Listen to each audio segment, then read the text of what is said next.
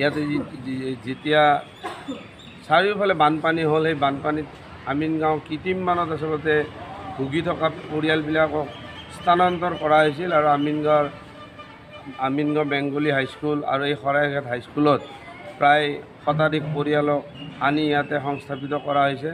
আৰু আমি বিগত দুদিন আগতে বেংগলী হাইস্কুলতো আমি মানে এই বানাক্ৰান্ত পৰিয়ালখিনিক সাহায্য বিতৰণ কৰিছিলোঁ।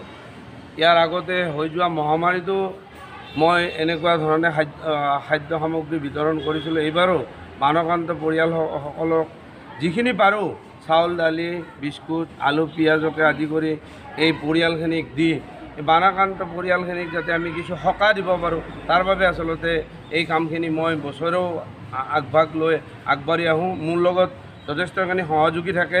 তেখেতসকল ইতিমধ্যে বিপিন দাস ডাঙৰীয়াও মোৰ লগতে আছে আৰু এই ৰিংকু দাস ডাঙৰীয়া, এনেকৈ বহুকেইজন পৰিয়াল সদস্য আমি লগ হৈ একেলগে এই বানাক্ৰান্ত পৰিয়ালসমূহক সহায় কৰাৰ কাৰণে প্ৰত্যেক বছৰে আমি চেষ্টা কৰোঁ। ধন্যবাদ।